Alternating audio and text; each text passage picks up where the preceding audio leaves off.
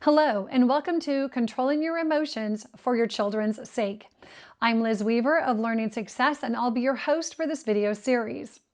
This is an initiative to help you understand how to step up your parenting game by learning how your own emotions affect your children and what to do about it to raise stronger, more resilient children. In today's video, we have Dr. Benne Sykes. Dr. Ben combines her experience as a U.S. Army veteran, life coach, leader, and school choice advocate to create unique homeschool curriculum and her hard love approach to problem solving and commitment. She believes people have the ability to transform at the deepest level when identifying their ability to love yourself through the toughest situations. In this video, Dr. Ben talks about how parents can be emotionally stable for their children. Let's watch. Hi everyone, I'm Dr. Ben, and today we're going to be talking about how parents can be more emotionally stable for their children. Parents are being pulled in a million different directions. Every day you have to plan for your day. And especially if you are a single parent household, or you're military or first responder or firefighter or anybody who works irregular hours. And sometimes it's crazy. You have to manage your time. And when seeking emotional stability, it's going to be hard if you are constantly wearing down your batteries. So I'm going to give you some rules and tips. I'm going to give you some of my rules and tips for, becoming, making yourself more emotionally stable. Number one, take care of yourself on a regular basis. I am a veteran who has PTSD. I have to, as a matter of necessity, take care of my mental health. And when I don't, it affects my children. So what we're going to do is take care of yourself first. It's like on an airplane. If the oxygen masks come down, you're supposed to put it on yourself first, and then you're supposed to help your child.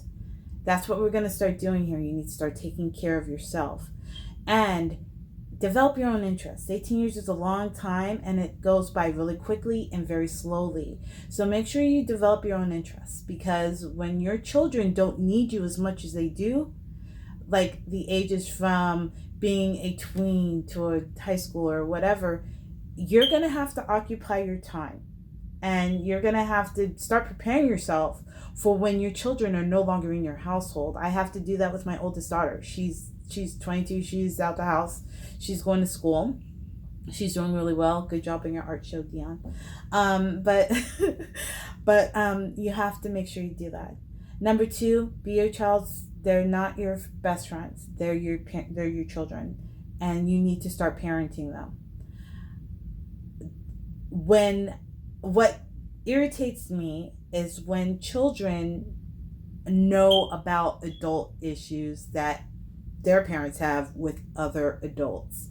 That shouldn't be happening. You should maintain your boundaries. Treat them. They're not your gossip buddy. They're not your confidant. They're your child. You need to remember that. And it's easy to forget when you're a single parent household and you have things that need to be done. But you have to remember, they're not your partner. They're your child. And probably the biggest tip that I'm going to probably get a lot of stuff for is stop living vicariously through your children. And by that I mean stop giving them interests that interest you and not interest them. Because you didn't do it as a child, or you didn't have the opportunity as a child. And it happens a lot of times with, singing and dancing and, those kids who do things that their parents wanted to do and not necessarily what they want to do. You see this a lot in college. So sometimes if you see a parent that didn't graduate high school, you're going to push your kid extra hard to finish high school. If you didn't go to college, you're going to push really extra hard to go to college. But that's your dream. That's not their dream. And their dream might be different. And by finding out what interests them, they're going to be guaranteed to stick with it a long time. And then you don't have to go with the back and forth with, oh, well, I want him to live, and it's normal for us to want our children to live a better life than what we had when we were kids. However, when it comes to that kind of stuff, it's best not to push, because what's going to happen is, what if in 10 years they say, you know what, Mom, I don't really want to be a lawyer. I want to be something else. I want to be I don't know, an actress, which is a totally viable, it's viable as a career profession, but there's certain things you have to do with it to be successful. And when you put all of your eggs in one basket, and you get resentful when people don't do what you think they should have done, and your children aren't going to do what they're supposed to do all the time. So yeah.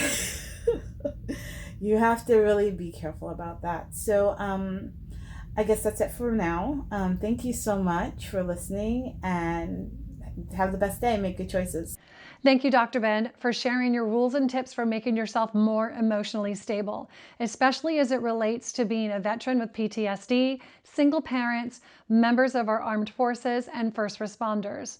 If you found this information valuable, please share it on social media and use the hashtag CYE for controlling your emotions. Thank you for watching and for sharing. In case no one has told you yet today, the fact that you are here watching this means you are an amazing parent. I appreciate you for showing up and doing the work it takes to embrace your child's brilliance and unleash their true potential. I'm Liz Weaver from Learning Success, and I'll see you in tomorrow's video.